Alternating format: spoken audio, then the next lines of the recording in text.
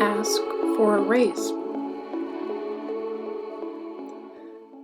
Our careers and work life are complicated. We don't always feel we get the credit and appreciation we deserve. Do you feel that your wage is below average? Do you have coworkers that make more than you for seemingly no reason? If you would like constructive and helpful ways to ask for a raise, then just keep watching. And remember that if you find my videos helpful, please like and share to anyone you believe will get value from it, and subscribe to my channel below. It can feel extremely discouraging when your company holds meetings or sends emails congratulating its employees on record-breaking profits and productivity. Meanwhile, you got a 10-cent raise. Maybe you found out that a coworker that does the same job is earning more than you. It's actually quite common for there to be little rhyme or reason in the way an employer compensates its employees. Think of it this way. Many of us can recognize toxic or abusive behavior in a partner, but the truth is it can be much more difficult to recognize these characteristics in the workplace. Tip number 1, discuss. It's often considered taboo in an office setting to discuss wages among coworkers. This is a very old-fashioned principle instilled in many people to this day. It's understandable that you don't want to rock the boat. You don't want to be labeled as a problem, and you certainly do not want to get yourself or anyone else fired. Remember that there is power in discussion, and it is your right to discuss your wage. It is a protected workplace law. After all, if a company is compensating its employees fairly, their practices should stand up to questioning. It should be backed by data and research. Normalize these conversations. Find like-minded people to talk to about it. It may surprise you the amount of people that have something to say. There may be people that do not wish to discuss their wage, and that is okay. It is a choice to be made by each individual. All you can do is offer them a safe space, and they may eventually choose to join you. You may find it easier to discuss outside of work. Just make sure if you do decide to talk about it during work hours that you are being discreet and mindful. Breaks are a great time to discuss. You wouldn't want to spend half the day loudly complaining while getting little work done. Tip number 2, plan. You undoubtedly feel anger, frustration, and hurt. You feel overlooked, unappreciated. Every single emotion you are feeling is completely valid and appropriate. You have every right to feel the way you do. But remember, the goal is to change the situation, not worsen it. It's important not to speak up without a plan. One of my favorite quotes from Ruth Bader Ginsburg is, "Fight for the things that you care about, but do it in a way that will lead others to join you." This is great advice for all aspects of your life, but it's easier said than done. If the end result is getting a raise, think about the ways in which to get this result. If you receive an email that upsets you, it would not be helpful to storm into your boss's office and scream at them, no matter how good it may feel in the moment. Think about a time in your life when someone has asked you for help. Consider the situation. Maybe it was a relative asking for a favor. Maybe you've worked in retail or food service and needed to resolve an issue for a customer. Think about your own response.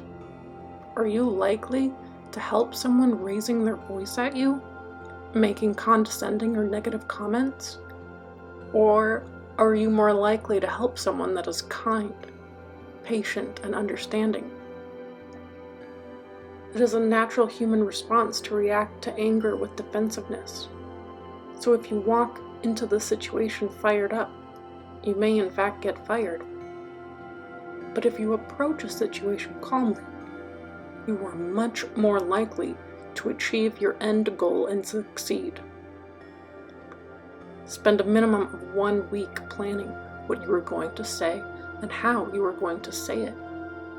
Talk to trusted coworkers and get their advice. Always think before you act. Tip number 3, bring your receipts. In most cases, it is not enough to go to your boss and simply say, "I deserve a raise." Of course you deserve a raise. You already know that. Most employers will not give you one if you cannot back it up with examples. Most managers have a lot going on and are responsible for many employees.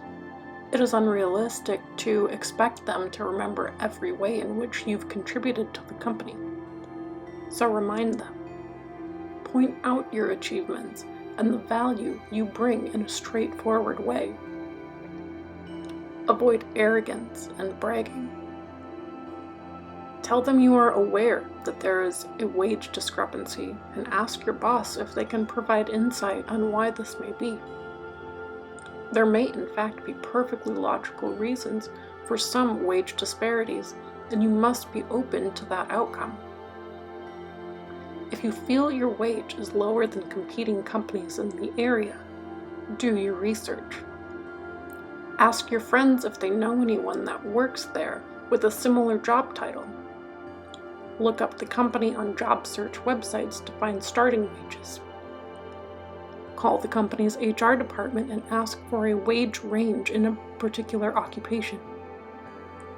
You will have a much better chance of getting what you want if you can provide proof. Tip number 4, be patient. Don't push. Remember that everyone is busy and has their own job to do. It may take weeks to get an issue resolved. But also, be vigilant. Your company may be hoping if they ignore the issue, you will forget about it entirely. Don't let them off the hook. Set a reminder on your calendar or phone to follow up every 2 to 3 weeks. Tip number 5, know when to walk away. Moving on is often the most difficult step. It is not easy to do. We've built a work family, a friendship and trust. Every corner holds memories. We get comfortable. We are creatures of habit. We like our routines. Not to mention the time and hassle of updating your resume, reaching out to people you haven't spoken to in years for references, revamping your portfolio, the anxiety of going to job interviews. And let's not forget the fear of the unknown, putting yourself out into the world without knowing what kind of response you'll get in return. For many of us, it's been years since we've looked for a new job. Maybe the world has changed too much.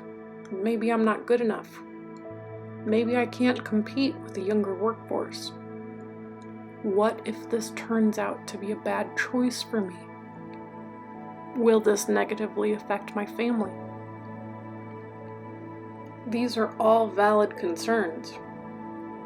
It's important to remember that you do not owe your boss or your employer your loyalty. Staying in a job that destroys your soul and self-esteem is no different than being in a toxic relationship. They use tactics and manipulation to get you to accept less. The only thing more difficult than leaving is staying. Remember that true appreciation comes from listening and acting, not ignoring and placating. Hold on to your resolve and your standards. There's strength in numbers and power in talking about it. So let's talk about it. Please share your story in the comments because you are not alone and you matter.